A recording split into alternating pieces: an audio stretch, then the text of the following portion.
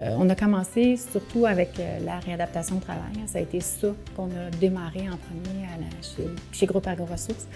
Mais au fil des années, ça a pris vraiment beaucoup d'ampleur.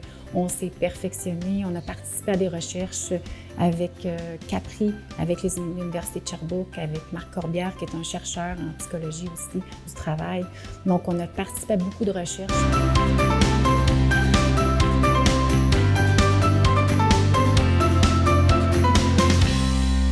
Mais je pense que ça nous démarre par nos compétences, par nos connaissances qu'on a développées avec ça. Parce que, veux pas, quand tu participes à des recherches, il faut que tu fasses des lectures. Tu es formé des fois par des chercheurs pour passer des tests, des questionnaires, des entrevues à des clients. Puis c'est nos propres clients qui participaient aussi d'ailleurs.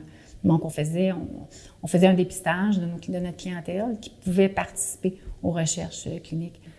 Puis je dirais aussi que ça fait partie de la culture du groupe AgroRessources parce que concours de circonstances, on a eu un des chercheurs qui était conjoint d'une de nos ergothérapeutes et qui, dès le début, dès 1997, nous pousse à aller chercher vers les données probantes qui, à cette époque-là, étaient... Il n'y en avait pas beaucoup. Mais vraiment pas beaucoup. Donc, il nous amène cette réflexion constante-là et on a gardé cette philosophie ou cette culture de chercher les données probantes. Ça nous a amené effectivement à faire des conférences, on a créé des blogs, on a créé des infolettres. Moi, j'ai écrit un livre aussi sur le sujet de l'intégration sensorielle. Donc oui, on a une belle équipe qui est toujours à l'affût, qui recherche vraiment à améliorer ses compétences. Il y a tellement de choses à faire en pédiatrie, il y a tellement de connaissances et de compétences à acquérir que c'est un processus continu, comme on dit.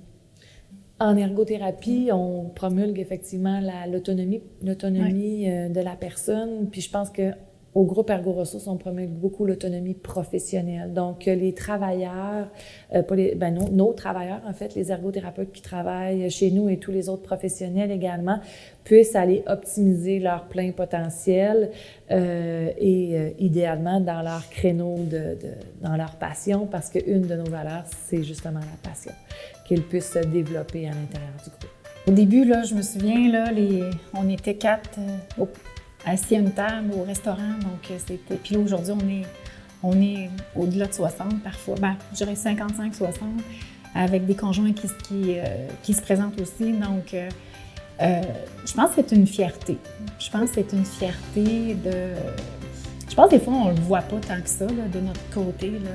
Des fois, on y pense pas tant que ça, mais... Ben moi, j'aime ça, là, quand on est au party de Noël, là, de me reculer sur ma chaise puis de regarder tout ce beau monde-là qui rit, qui ont du plaisir, puis de dire « Oh wow, on est rendu là, 22 ans plus tard, 12 cliniques. » Donc, oui, c'est ça. Moi, j'aime, à chaque Noël, j'apprécie ça. Je prends un moment pour regarder ça.